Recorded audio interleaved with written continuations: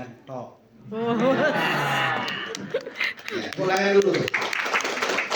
Ya, terus kalian bersyukur punya Mbak Ulfa selaku Kadep Kerja yang memperjuangkan program Keswa. Jadi orangnya ngotot juga ini kalau ke Bapeda. Ya, saya mantan Bapeda juga ya. Jadi memang harus punya skill. Harus punya skill untuk bisa. Jadi ini perjuangan yang luar biasa. Sekali lagi pokoknya. Ya. Kemudian Kadep Kerja saya Mbak Patiatul, saya panggil Bupati. Bupati Atul. Biasa saya panggil Bupati. Ya, ini. Terima kasih. Ya. Ya, satunya lagi Budi. Budian. Ya, Budian. Jadi calon bupati. Wabub, Wabub ya. bupati. Calon wakil. Sumbawa belum mau dia cewek, harus Ya. bupati. Tapi jangan dosa. Dia mau wabuk bahaya nih. Ya oke. Yang kemudian ini saya banggakan teman-teman tim luar biasa. Tepuk tangan dulu tim hebat dari ya Dinas Kesehatan termasuk juga dari Bapak Lukas dan tentunya Bapak Ibu sekalian para peserta yang luar biasa sangat sabar meskipun hasil screeningnya mungkin juga Anda bagian dari sekian persen yang memang mengalami gangguan jiwa. Ini mungkin ya hasil screening ya setelah lihat-lihat oh waham saya kebesaran juga. Tapi semoga tidak seperti itu ya. Alhamdulillah puji syukur kita panjatkan kepada Allah Maha Kuasa karena ridhonya kita masih bisa bersama-sama dalam keadaan sehat walafiat. Tentunya ini adalah suatu nikmat kesempatan ya untuk bisa bersama-sama. Kadang sehat tapi tidak diberikan nikmat untuk bertemu, ya ini juga izin saya pulang katanya ya, tapi ini nikmat kesempatan ya untuk bisa bersama. Sholawat serta salam senantiasa tercurahkan untuk baginda Nabi besar Muhammad Sallallahu Alaihi Wasallam beserta keluarga sahabat. Semoga insya Allah nantinya kita selaku umatnya akan mendapatkan syafaat yaumil akhir. Amin. Ya Rabbal Alamin. Bu Katim dan Bapak Ibu sekalian yang saya hormati. Jadi saya senang sekali ya artinya di sini Dinas Kesehatan Sumbawa menjawab persoalan daerah.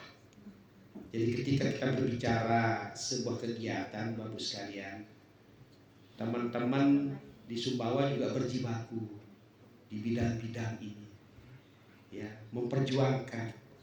Itu di SDK misalnya memfasilitasi, tapi belum bisa melihat pelatihan apa yang harus diberikan.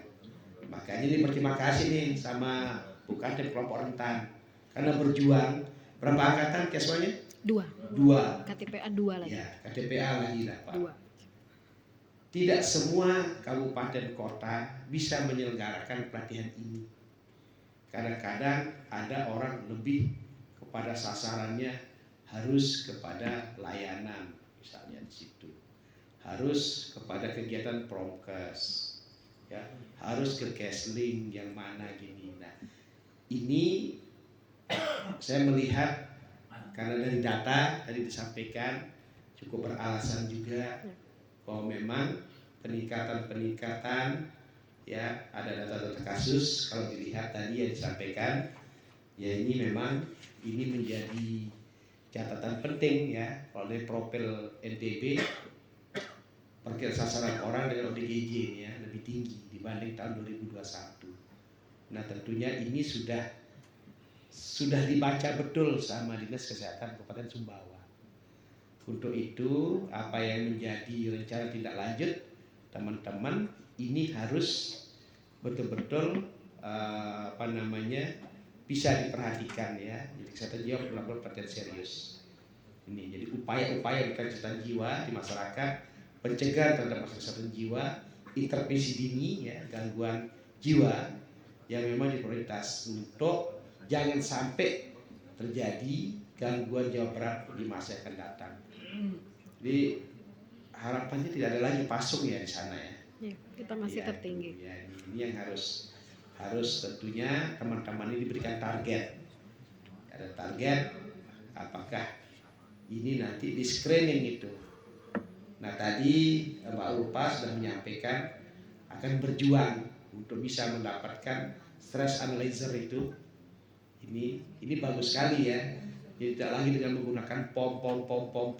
Ya kadang kita juga nanti subjektivitas kita juga kadang muncul kan kalau di pom ini, tapi di apa namanya alat stress analyzer ini tentunya mungkin akan lebih objektif ya untuk bisa melihat itu. Nah ini kita tentunya saya yakin dan percaya ya Mbak Ulfa akan berjuang bersama Kepala Dinas Kesehatan nantinya ya dengan skill-skill pendekatan seperti itu, berbicara evidence based ya, time-based person dari data itu dimunculkan sehingga nanti dari tim TAPD untuk bisa menyetujui seperti itu. Dan tentunya ini juga harus bisa menjawab teman-teman, oh hasil dari kegiatan saat ini jangan sampai dilatih saja kayak tadi misalnya kalau ditanya kita lebih senang dapat uang, kita bekerja tidak menggunakan SOP, ya seperti itu ya. Ini makanya saya bilang tadi, ayo kira-kira kita rubah mindset kita seperti itu supaya teman-teman jawablah persoalan daerah itu sehingga nanti setelah ini perhatian apa lagi yang tentunya mendukung apa yang sudah dilakukan sekarang seperti itu. Jadi tidak tiba-tiba muncul pelatihan ini, ada proses teman-teman sekalian. Ya kita meyakinkan TAPD itu dalam sebuah perencanaan itu ya harus bisa masuk ya penguatan, terutama di bidang seperti itu.